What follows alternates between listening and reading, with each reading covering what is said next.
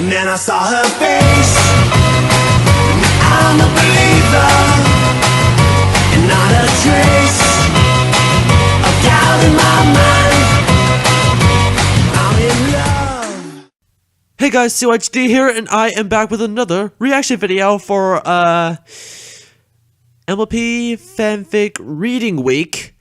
And as for this one, I'm gonna be watching Don't Remind Me, an MLP Fanfic reading, a dark fic by TheLostNarrator. But all this says is don't remind me, and I don't remember what this is about, so let's jump right in.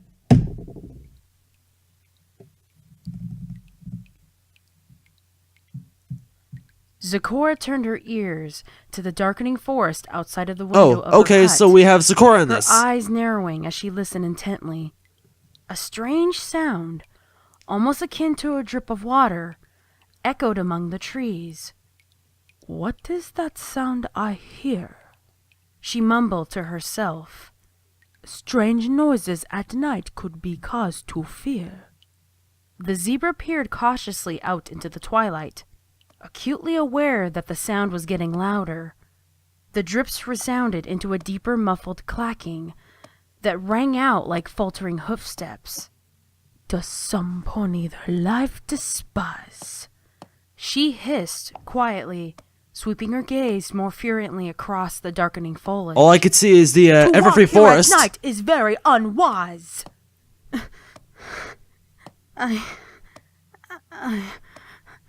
Zecora froze. Both her ears I can hear now swiveled muffling. into the darkness out her window. Gulping softly, she backed to her door and cautiously peered through the viewing hole. Through it, she saw a lone mare stumble out of the thick forest growth, her legs flailing aimlessly as she tumbled down to rest in a murky puddle.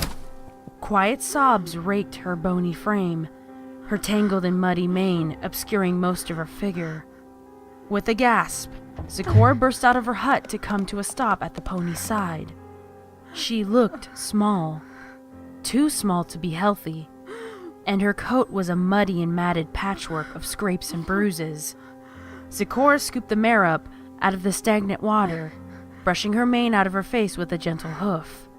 It seemed that no part of this mare was in good condition, but the wounds and dirt were not what mattered to Zecora at the moment. It was the mare's eyes. They stared blankly from swollen eye sockets, surrounded by weary shadows that seemed to ooze out of a shiny emptiness apparent in the depths of her gaze. They seemed to be staring without seeing, but saw everything as a passing detail that once may have mattered, but had since passed into eternal insignificance. They grasped out with trembling movements at the zebra, as if she were on an island in amidst a terrible storm. But she knew that she was just out of reach, just out of grasp. "What happened to you, my dear?" Zecora Okay, so whispered to the Lost mare Narrator with plays wraith-like Sakura eyes. in this. "You look as if death is near." Could tell by her voice. The pony stirred at the rhythmic tones of Zecora's voice, her cold eyes turning to stare blankly upwards. I don't remember," she croaked, her voice not even a whisper. Zecora gently draped the mare over her own back, surprised and dismayed by how light she was. Stepping lightly so as if not to jostle the already injured mare, she retreated to the safety of her hut. Once inside the warmth of her home, she helped her wounded guest to warm up at the base of her cooking fire, before getting to work on mixing a salve for her Being by the wounds. fire is good. The mare inched dangerously close to the flames, yet she shivered as if the fire was a bone-chilling gale. "I don't remember," she whispered into the flames through chattering teeth, her eyes watching the fire without noting its existence. Potion after potion was smeared on the head and dumped down the throat of the mare, but her condition only seemed to gradually worsen. Determination set into the constantly moving figure of Sakura as she whipped around her home in a fury of bottles and boxes. her mind racing to find a solution for her deteriorating guest. But by the time that every potion or salve, plant or brew that she could quickly muster was used, she was desperate. Stronger magic is needed, for this situation is dire. She huffed, her breath coming in tired gasps, as she doubled and triple-checked every jar for a new clue to help the injured mare. Zecora shook her head and sighed as she realized that she would have to bring the mare to the library in the darkness of night. Twilight sparkled. I hope I do not incur your ire. With a grunt, Wait, Twilight? Zecora unceremoniously slid the mare onto her back, before bursting out of her door and galloping with as much speed as she could muster in the direction of Ponyville. I don't remember. The mare groaned softly, tears dripping steadily down her muzzle and onto the back of her helper. Please, I don't want to remember.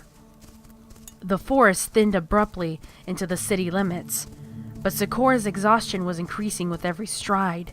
Trusting the library door to swing open, she lowered her head to plow straight through. With a boom that was like a small explosion, Zecora and her injured guest barreled through the main area of the tree home and nearly into its resident. Zecora! Twilight sputtered, her wings spread in wide shock. What's going on? This mare needs magical care. I may be too late, I despair. Zecora grunted, the mare on her back sobbing more violently with each passing movement. Twilight jumped into action as Zecora had not long before, laying the mare down on a sitting pillow and levitating some medical books into the air around her. What happened to her? Twilight queried. She looked with concern over the wounded and gaunt mare. I don't want to remember.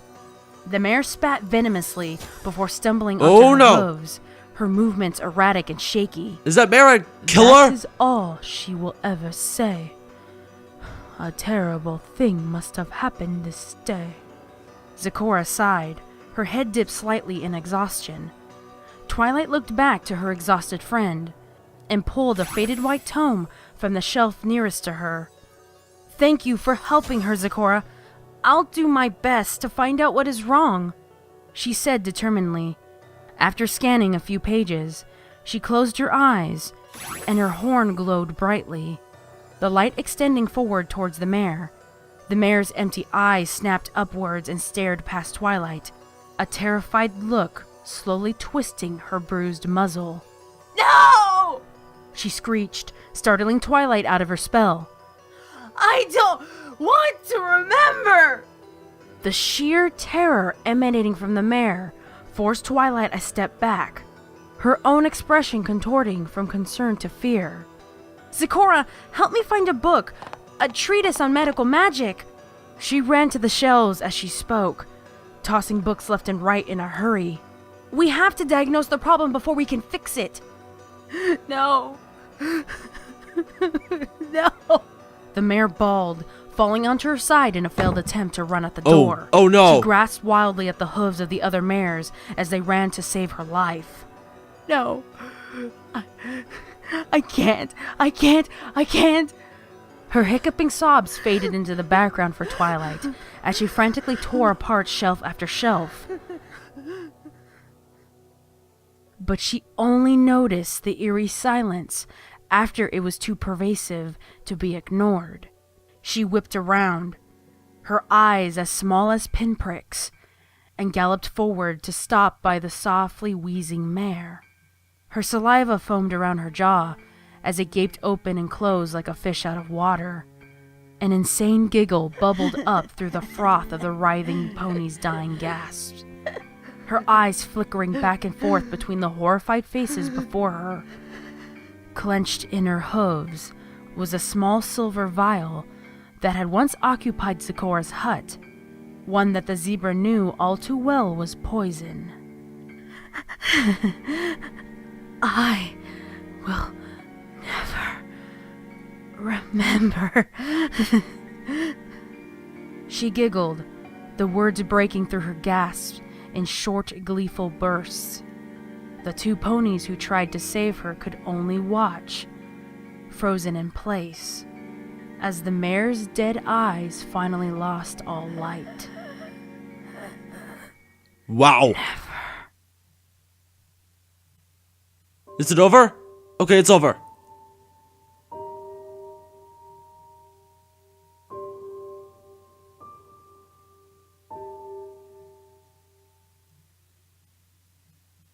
What, it didn't show me the voice acting? The cast roles? Okay. That was a crazy fanfiction. Okay, it is great to have Sakura in one of those fanfictions, and it's basically our first time listening to the Lost Narrator's Sakura voice. And yes, who was the voice of Twilight? I really want to know who was the voice of Twilight. And this mirror, she was crazy, and then she just like dies just like that. Well then, guys, if you guys have another MLP Fanfic reading I want to check out, leave your suggestions in the comments below. Once again, guys, thanks for watching, and ahoy!